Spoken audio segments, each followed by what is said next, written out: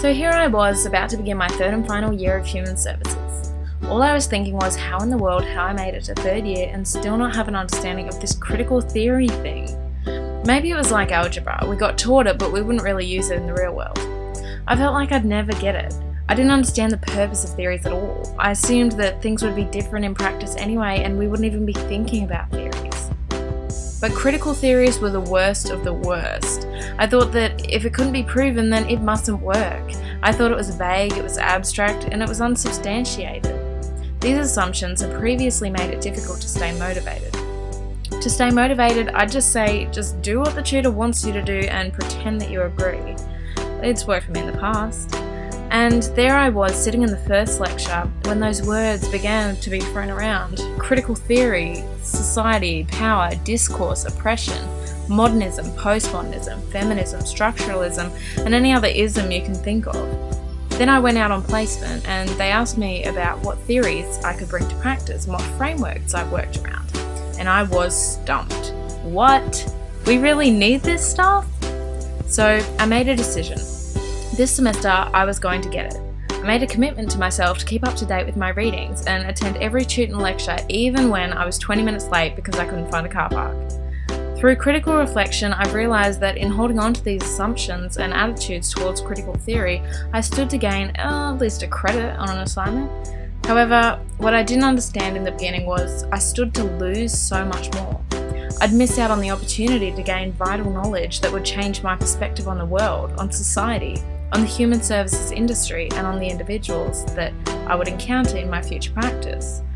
I was unintentionally putting myself in a lesser position of power by not being educated. I was being a detriment to my future clients and I didn't even know it. I was more reliant on biomedical approaches that focused on following a tick and flick checklist of symptoms, to label and treat people for their internal problems because they appeared to be easier to apply in my eyes, and I was lazy. Until this semester, I didn't realise how much I could have impacted someone's life by following through with that traditional practice. I did not realise how powerful and oppressive these labels could be on a person. I thought it would help people. They would know what was wrong with them. They could treat it, or at least manage it. My God, I was dumb. This is embarrassing. I did not intend for my actions to be oppressive. My values tell me that I'm not the expert in another person's life, but my thought processes and theoretical knowledge base was telling a different story. Conservative and critical theories are totally different.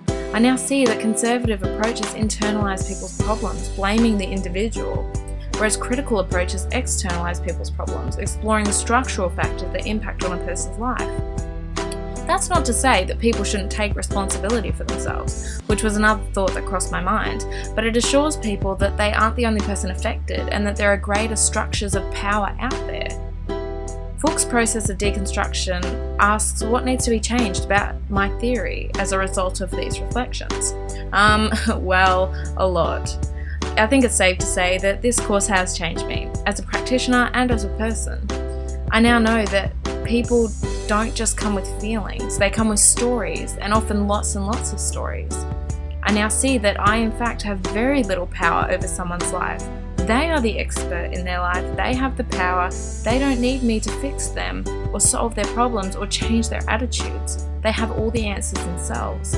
I'm just the person who externalizes that with them using critical theory. Suddenly it all started making sense and I was amazed at how everything linked up. I realised that all of my own beliefs and values applied to theories. I value equal rights. I don't discriminate against people based on their age, gender, disability, sexuality, class or race. I value that postmodernist approach that people are multidimensional. I learned the power of language, treatment, diagnosis, disorder, all powerful words that impact on people's lives and have the power to oppress them. I now know that every word I choose to say can empower or disempower a person.